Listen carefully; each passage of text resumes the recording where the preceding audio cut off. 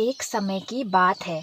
एक मिथिला नाम का गांव हुआ करता था। लेकिन उस गांव में एक बहुत ही बड़ी समस्या आ पड़ी थी, जिसे गांव के सरपंच जी सुलझाने में लगे थे। उस गांव में केवल एक ही कुआं था, जहां से गांव वाले पानी पिया करते थे। लेकिन उस कुएं का पानी अब पूरी तरह से सूख चुका था। उसी कारण सभी गांव वाले सरपंच के साथ मिलकर सलाह मशवरा कर रहे थे। समस्या तो गंभीर है गांव वालों, और इस समस्या का अब केवल एक ही उपाय है। मिथिला से 4 मील की दूरी पर एक बड़ी सी नदी है। कुछ समय के लिए आप सभी को उस 4 मील की दूरी को तय करके पानी लेने जाना होगा। सरपंच जी, लेकिन वो बहुत ज्यादा दूर है। आते जाते 8 मील की दूरी तय करनी पड़ेगी हमें। हाँ, आधा दिन तो पानी को लेने जाने में ही गुजर जाएगा। आप जितना जल्दी हो सके उतना जल्दी कुएं की व्यवस्था कर दीजिए सरपंच जी। लेकिन आप सबको 1 महीने के लिए कष्ट उठाना ही होगा, क्योंकि कुआं बनने में तो वक्त लगेगा ही। ठीक है सरपंच जी, हम 1 महीना जैसे तैसे चला लेंगे। सरपंच जी की बात गांव वाले मान गए और सारी औरतें मटका लेकर पानी लेने चल दिए। 4 मील की दूरी तय करके वो सभी अपना मटका भरकर घर लौटी और उनके पतिया खेत का काम संभालते। दूसरी ओर सरपंच जी ने भी कुएं की खुदाई का काम शुरू कर दिया। अरे जल्दी जल्दी हाथ चलाओ, कुआं जितना जल्दी बनेगा उतना ही जल्दी सभी को आराम मिलेगा।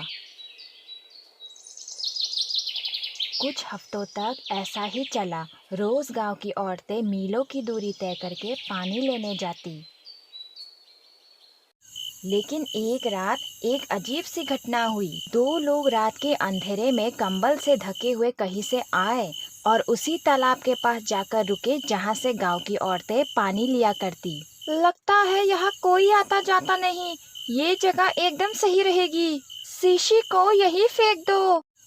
वो 2 लोग एक शीशी को तालाब में फेंककर चले गए और शीशी पानी के अंदर डूब गई। लेकिन पानी में बहुत सारी मछलियाँ थी जो उस शीशी के साथ खेलने लगे, और कुछ ही देर में मछलियों के खेलने के कारण शीशी अपने आप खुल गई और शीशी के खुलते ही शीशी के अंदर से एक राक्षस बाहर आया। सारी मछलियाँ भी उससे डरकर भाग गई। अगली सुबह रोज की तरह गांव की औरतें तालाब में पानी भर रही थी। उन्हें इस बात का कोई अंदाजा नहीं था कि अब तालाब में राक्षस आ चुका है। लगता है मेरा खाना आ गया, अभी जाकर उन्हें खाता हूँ।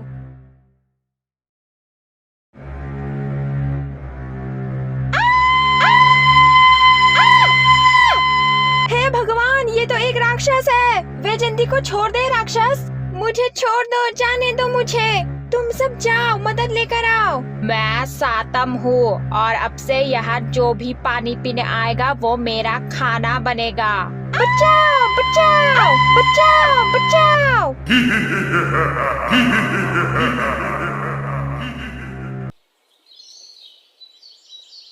न जाने ये कुआं कब तक बनेगा सत्या।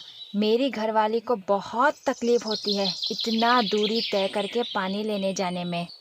तुम ठीक कह रहे हो, मेरी घरवाली के पैरों में भी छाले पड़ जाते हैं। बचाओ बचाओ। अरे क्या हुआ? तुम सब इतने घबराए हुए क्यों हो और इस तरह दौड़कर क्यों आई हो?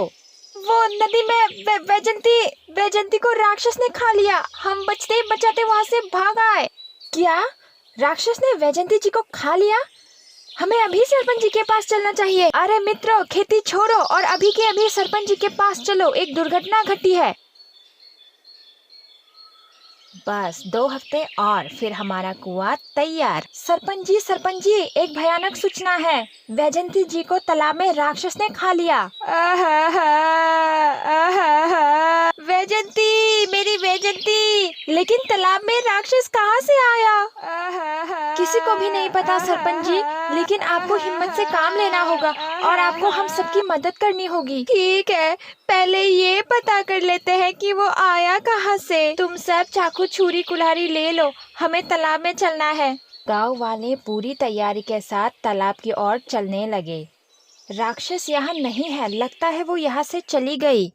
मुझे नहीं लगता। एक पत्थर फेंको नदी में, शायद वो बाहर आ जाए। ये पत्थर किसने फेंका मुझ पर? किसमें इतनी हिम्मत आ गई? देखो राक्षस, तुम जो भी हो और जहाँ से भी आई हो, तुम कृपया करके वहाँ वापस लौट जाओ। तुमने मेरी वैजंती को तो खा ही लिया है, अब गांव वालों को परेशान करना छोड़ दो। बेवकूफ प्राणी, तुम्हें क्या लगता है तुम्हारे कहते ही मैं यहाँ से चला जाऊंगा? ये तालाब ही अब मेरा घर है, यहाँ जो भी आएगा मैं उसे खा जाऊंगा, मैं किसी को भी नहीं छोड़ूंगा। देखिए राक्षस जी, हमारे पास फिलहाल इस नदी के सिवा कोई और दूसरी जगह नहीं है जहाँ से हम पानी पी सके। कृपया करके आप हमें यहाँ से पानी ले जाने दे, बिना कोई हानि पहुँचाए। अगर ऐसी बात है तो मेरी भी एक शर्त है। अगर तुम चाहते हो मैं तुम्हें न खाऊं, तो बदले में मुझे तुम कुछ और खाने को दो, तभी मैं तुम्हें यहाँ से पानी ले जाने दूंगा बिना तुम्हें खाए। राक्षस अपनी बात पूरी करके वहाँ से चला गया और गांव वाले डर के मारे थर-थर कांपते रह गए और देखते ही देखते रात हो गई। इस समस्या का अब क्या समाधान है सरपंच जी? हम राक्षस को भला खाने में क्या दे सकते हैं? एक समाधान है, अगर तुम सबको मंजूर हो तो।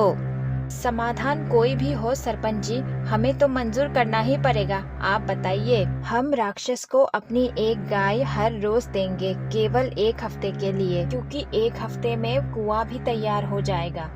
तब तक हमें ऐसे ही संभालना होगा। ठीक है, हर रोज महिलाओं के साथ एक गाय लेकर हम में से कोई एक नदी में जाएगा।